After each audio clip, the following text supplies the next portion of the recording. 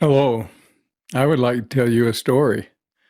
Back in 1967, a new TV show, Dragnet, used this opening. The story you are about to see is true.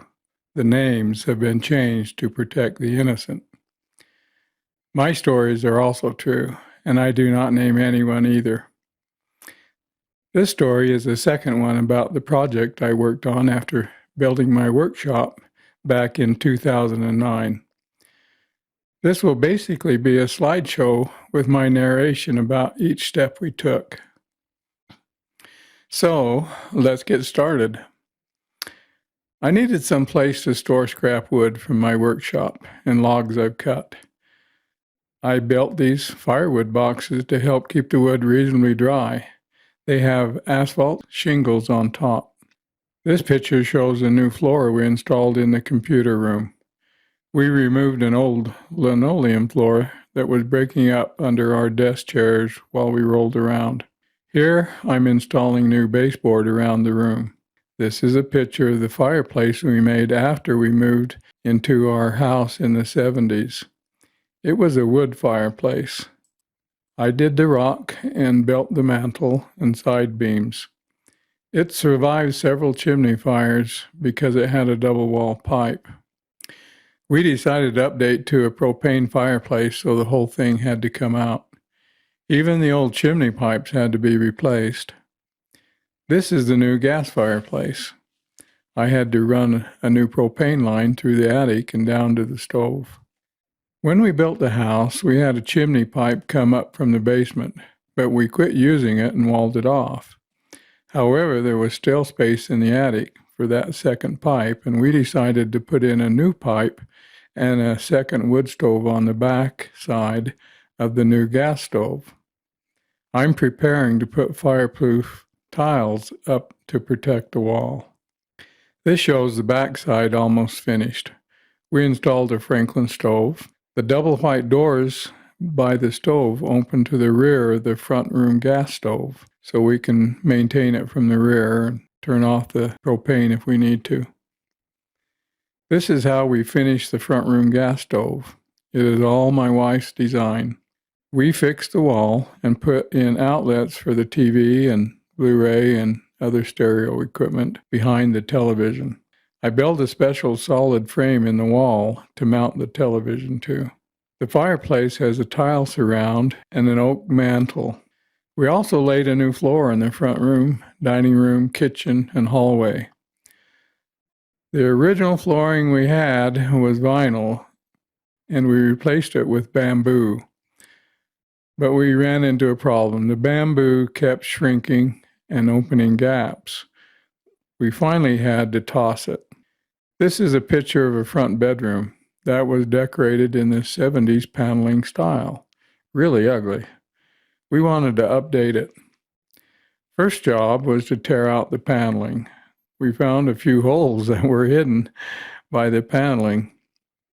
Everything was stripped, and the room and closet door were tossed also. I had to go around the room and repair all the holes in the sheetrock. Then I installed new closet doors and trim. We're going to do wainscot around the bottom of the room. After installing the wainscot, I painted the upper walls. I installed a new door and put molding on the top of the wainscot. We installed the rug and moved in new furniture. This room will be my father's when he comes to visit us. It's all ready for overnight company. We have a computer ready for him on a small table. This is how we started building our front deck. My sons and I fastened a ledger board to the outside garage wall, where we knew there was a beam under the paneling. We installed another beam on posts mounted on concrete posts in the ground. We used a Kubota to lift the beam up onto the post. Then we started putting the deck beams up and nailing them into their hangers. We put them on 12-inch centers to give us plenty of strength for snow load. We poured a concrete pad and built a stairway from the sidewalk up to the deck. The deck was covered with Trex, the same as the back deck. My son helped install it. This picture shows us installing the stair and deck handrails and balusters. This is the finished job looking down the driveway. This is the finished job looking down the front sidewalk and front door side. Once the deck was done, we needed a way to access it from inside the house. I removed a window. Then I cut a doorway out. I put 2x4 studs in the walls, nailed T111 siding up to match the rest of the house. I framed the door and installed it. We insulated the spaces on the side of the door and finished it inside also. Once it was painted, you don't notice the repair at all. On the inside, I painted and installed some shelves to hold my telescopes and gear. That's another hobby I love.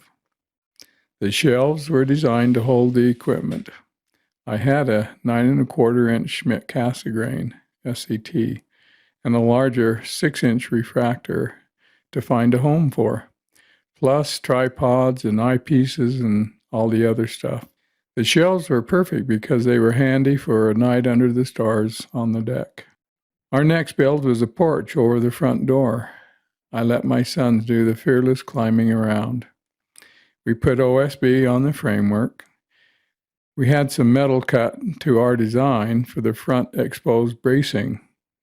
After installing the roofing and putting some flashing on the OSB, we put flashing across the top ridge and called the job done.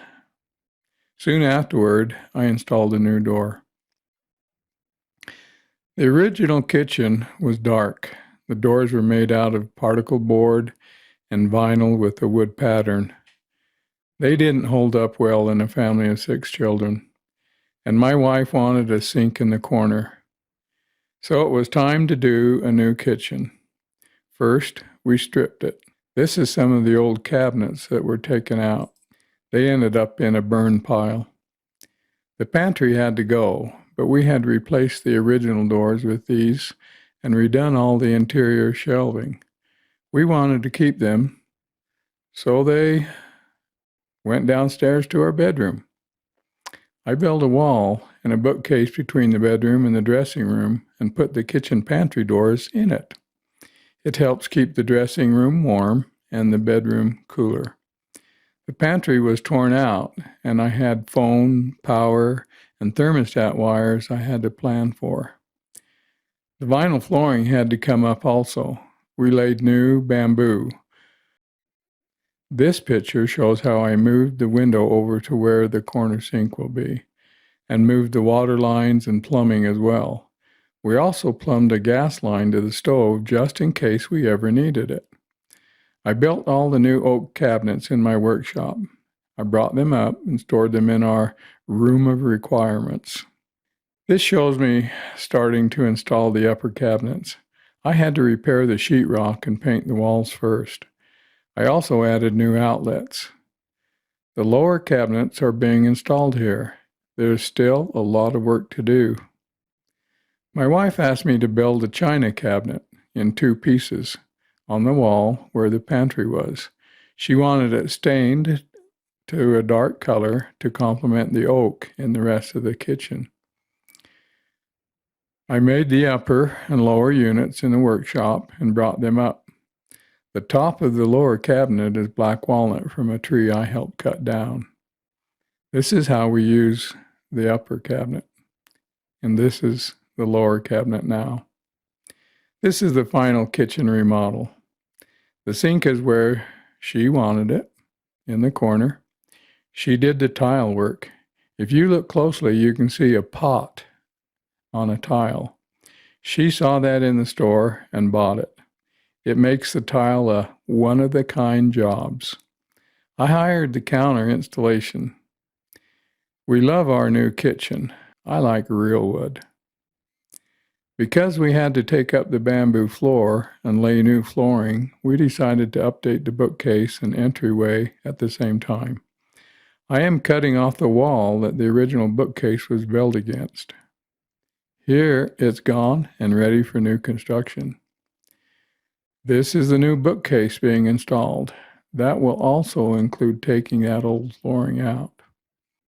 To tie the bookshelf in and hide the seams, we did frame and panels on the step wall.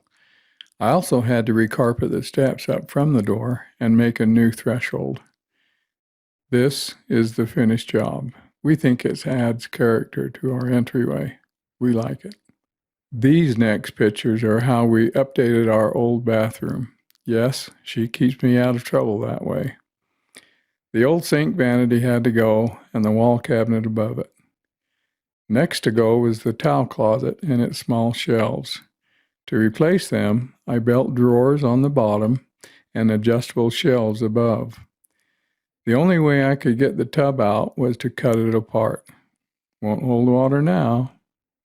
We tore all the tub tile and sheetrock off the walls. We always wanted a window in the bathroom, so we made a new one. I'm framing out the window on the outside. This is the new, deeper soaking tub. I prepared the floor and toilet drain, and my son did the tile. For the shower, we used water-resistant sheetrock. I sheetrocked the rest of the bathroom also and sealed the seams. I then painted all the water areas with Red Guard to make sure it was watertight. I also built the shelving into the wall first. I got about this far on putting the tile on the wall. Then I gave up and called my son for help. He is an expert and did a beautiful job. The tile decoration was designed by my wife, who is very good at it. After the drawers and cabinet were finished and painted, we also painted the walls. I built a new vanity with room to clean under it according to orders. It also has a place to keep wet wipes. Again, her idea. We also replaced the room door. We enjoy our new bathroom. We think it's appealing. This project is a house update designed by my wife also. The original house we built had a sliding glass door and steps. We didn't like the sliding glass door, so we replaced it with this normal door with side windows. Well, that wasn't sufficient either, because it was a source of cold and was in our small dining area. We had to leave room to open the door. So we started a big project of making a window seat on top of the porch. First, I built a framework for the 3 windows. I anchored it to the porch concrete. It was old and hard to drill. Then I started on the new roof needed to come out over the porch. My sons helped me as they were free to do. My yard looks like a used trailer park from up here. I got rid of 2 of them. The roof was covered with OSB. We have most of the framing ready to put up the siding that matches the house. We are almost finished here. I still need to trim out the edges and corners and paint it. The windows, walls, and trim are installed now, and I have built the seat. It has storage under it. I put accent lights in the ceiling. This is the final product. It's pretty, and it's one of my wife's favorite places to relax, but we need to do something about that view. Once the window seat was done, we started on the back deck. We already had the shop roof ready for decking, so we extended it over to cover under the window seat and back door. I got half of the decking and the steps finished. We wanted to extend our back deck across to the front deck, so we poured the concrete post supports for the columns and put the deck beam up. For safety's sake, we put up wire panels between the deck posts. The posts on the concrete shop wall were fastened to bolts epoxied into the wall. The deck is finished. We have put a rain gutter on since this picture was taken. Originally, I thought I would let the water drain onto the rocks, but it wasn't sufficient and water drained down the foundation walls and worked its way into the shop. We like our back deck, but I have to keep the snow load off it just as a precaution. I use a snowblower, so it's not hard. Well, you've been patient if you made it this far. Thank you for your time.